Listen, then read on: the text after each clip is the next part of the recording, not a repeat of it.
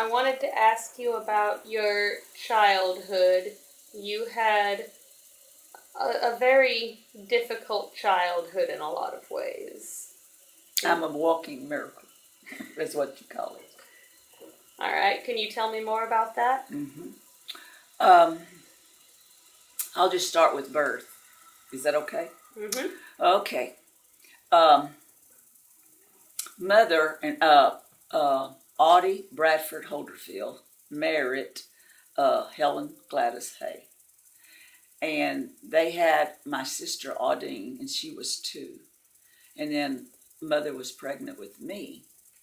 And mother married this alcoholic. My dad was an alcoholic. He was also bisexual, which we didn't know. Our kids didn't know until after I got grown.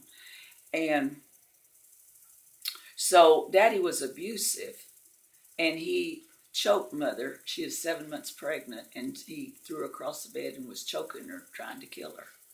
And undoubtedly that brought my birth on early.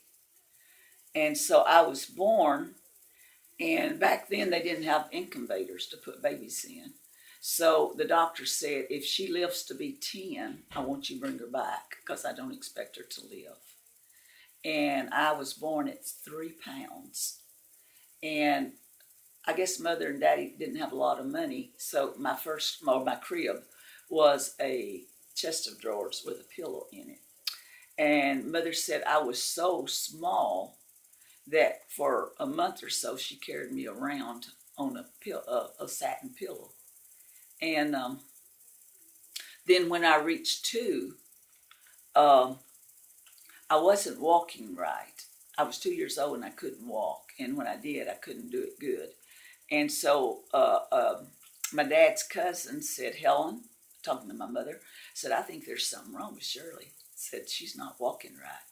And so took me to the doctor, and the doctor said I had polio, and it affected my arm, my leg. My leg was short, my foot was smaller, and so I walked with a really bad limp when I started walking, and I didn't have the muscles that I should have had in this leg, and I couldn't pick up a coin. I could not feed myself with my right hand. I would just drop it. So mother took me to the Arkansas Children's Hospital, Crippled Children's Hospital, it was called. And they said, there are so many polio patients in the hospital, and they're in iron lungs, and there's no room for her. So take her home. We were living in a hotel. It's a 2-story hotel. Had steep steps going down. And so they said, get her, before we got out of the hotel, mother let me play out with my sister outside of the room. And I got too close to the stairs, and I rolled down about 27 stairs, hit the screen door, and I guess it wasn't too good, and it flew open, and I wore a screen prints here for about a month.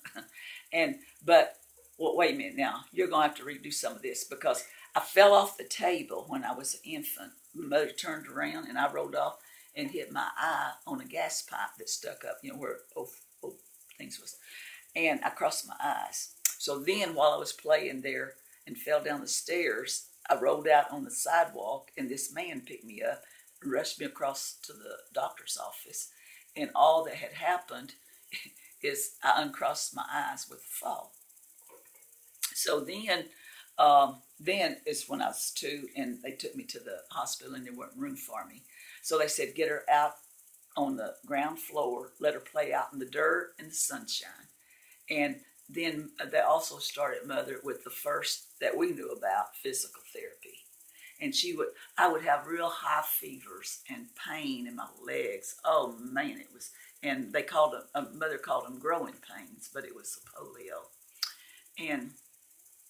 And we had, I slept at the foot of the bed like little Jimmy Dickens. And so mother and daddy had a wood burning heater in the living room, and we slept in the living room. And this heater was just red hot.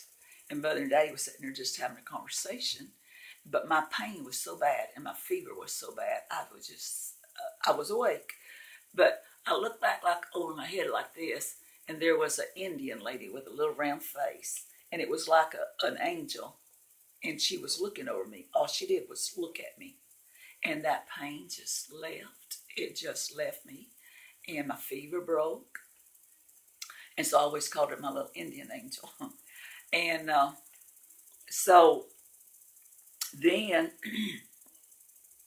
uh, um, we had a hydrant between the houses because we didn't have indoor running water, and we had a barrel under it because it leaked.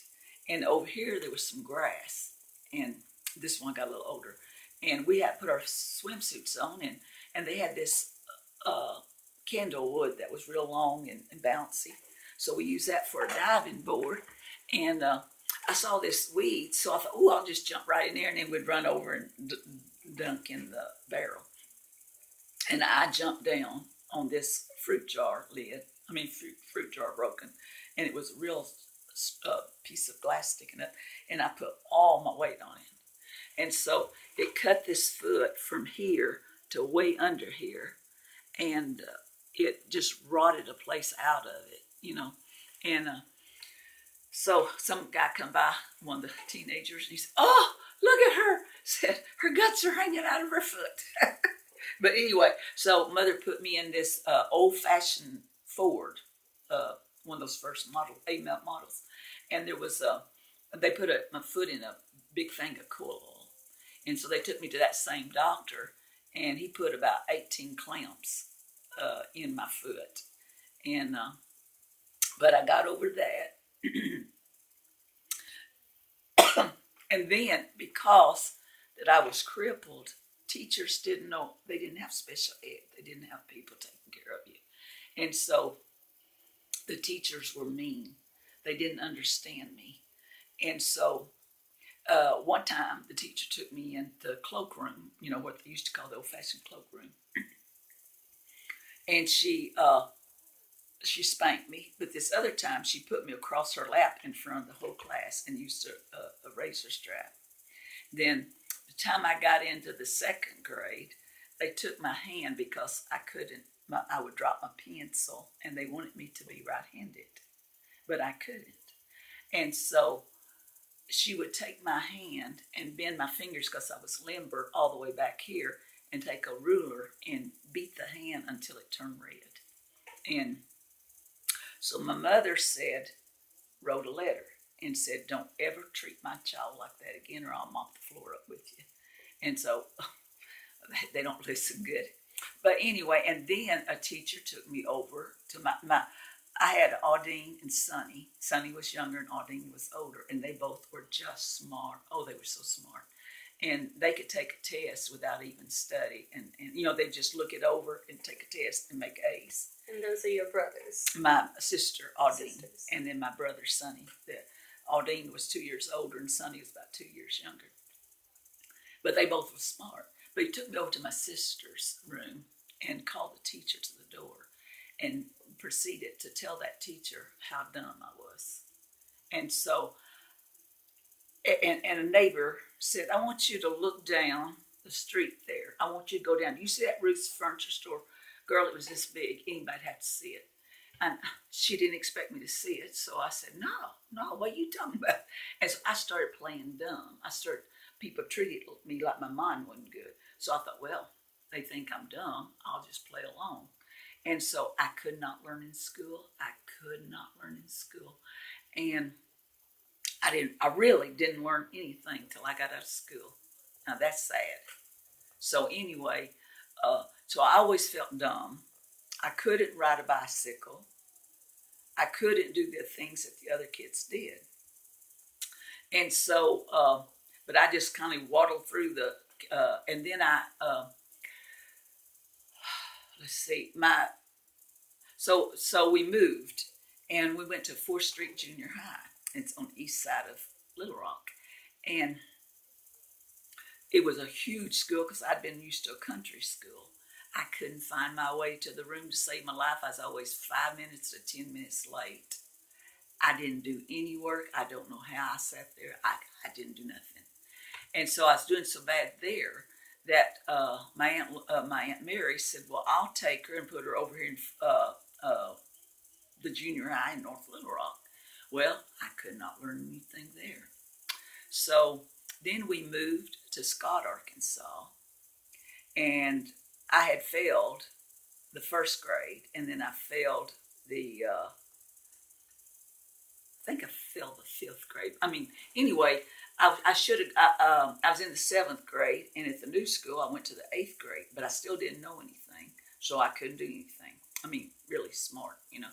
And so, I heard the principal's daughter telling my schoolmates that he was going to hold me back in the seventh grade.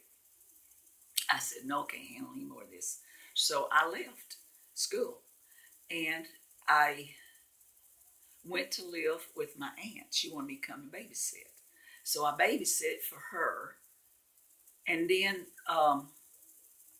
she went through the change of life, and she told my uncle, which was mother's brother, she said, "You tell Shirley to be out of my house when I get home tonight." So Uncle Paul said, "Well, Shirley, I'm going to have to take you over either home or over to Audine's." She had an apartment. I said, "Well," and I had because I got a job is what it was. And I was working at this drugstore and doing really good. But then they wanted to close the drugstore up, so I lost my job there. But anyway, so I went to live with Audine. No, I went to live with a friend that she wanted me to babysit. Everybody's trying to help me because I didn't have good sense. So I stayed with her. And while I was living with Audine, I went to my aunt's, the one that kicked me out, to her cousin, and I babysitted for her 5 days a week, and then to come on the weekend and stay with Audine.